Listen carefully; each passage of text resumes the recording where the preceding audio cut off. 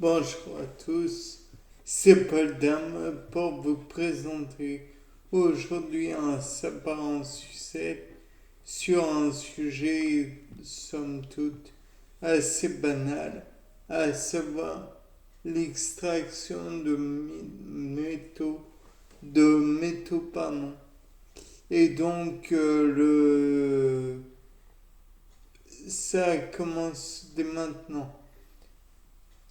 Donc tout d'abord, où est-ce que l'on pourrait chercher les métaux? Car sur Terre, nous savons où est-ce qu'ils sont les gisements. Mais on sait qu'il y en a plus dans la sur le plancher océanique, donc dans la fosse océanique aussi forcément, mais sur les planchers océaniques. Et les différents métaux risquent d'être bien plus intéressants sur les fonds océaniques. Donc, ce que l'on peut chercher à extraire, c'est non pas les métaux, mais carrément extraire le basalte. Je vous rappelle cours de troisième ou quatrième pour différencier le granit du basalte, quatrième même. Enfin bref, là n'est pas la question. Et toujours c'est-il que si on les concassait en plus, ces basaltes, peut-être que l'on pourrait en extraire d'autant plus de minéraux.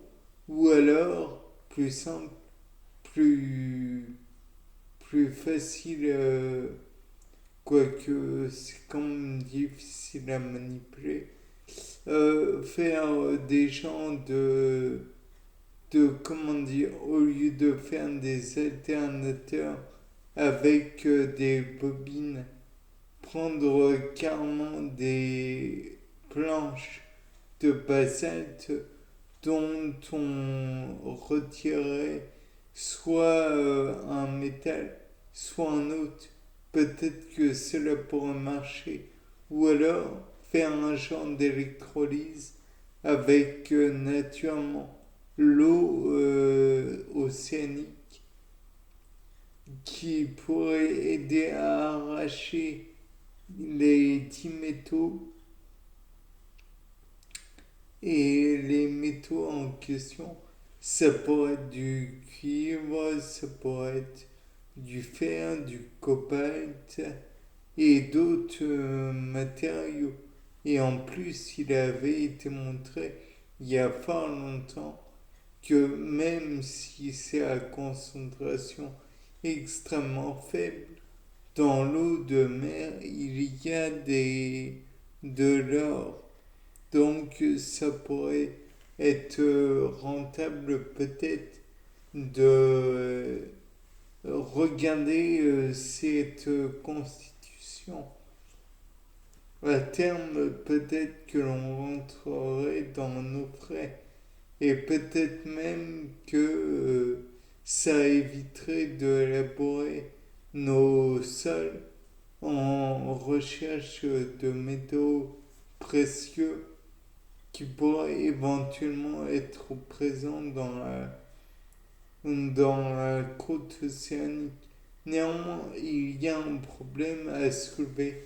Peut-être que les côtes océaniques seraient aussi les nids, enfin, les berceaux, si je puis dire, des, de la faune océanique.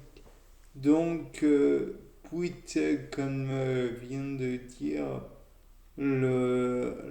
enfin bref, Puit, et donc on peut se dire que ça pourrait mettre à mal certains animaux présents dans la fosse océanique et sur le plancher océanique.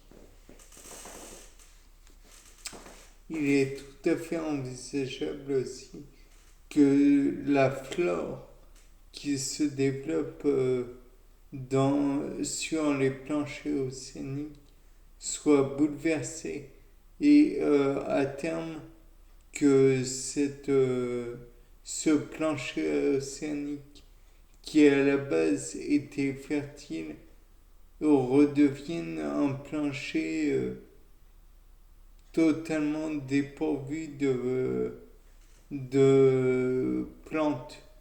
Vous me direz, au fond, dans la fosse des Mariannes, il n'y a plus de lumière, il n'y a plus de possibilité d'avoir des algues, puisque celles-ci sont des organismes photosynthétiques, mais le problème est que s'il n'y a plus d'algues, la photosynthèse qui est déjà très médiocre, je trouve, s'en verra encore plus chamboulée, puisque rappelons que comment dire, l'Amazonie est non pas un poumon, mais plutôt une alvéole pulmonaire, tout comme bon nombre de forêts primaires qui sont en surface. Donc si en plus on vient chambouler les écosystèmes marins, il est possible que cela engendre un bouleversement encore plus important. Car qui dit déjà beaucoup moins de photosynthèse dit augmentation du dioxyde de carbone dans l'air. Qui dit augmentation du dioxyde de carbone dans l'air dit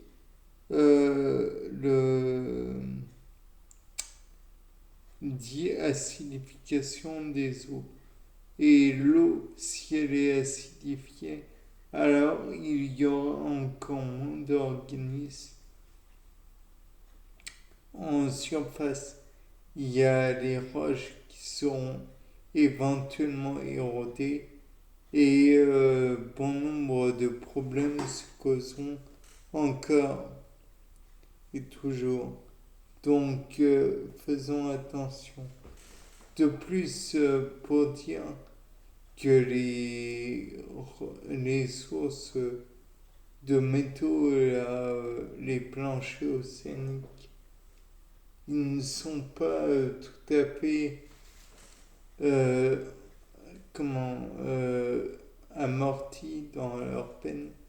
Il y aura aussi beaucoup de produits chimiques seront employés pour l'extraction des métaux. Et comme je le disais précédemment, ça va encore une fois agir sur la faune et la flore marine. Donc ne soyons pas stupides. Il faut faire attention. C'était Paul Dame, au revoir.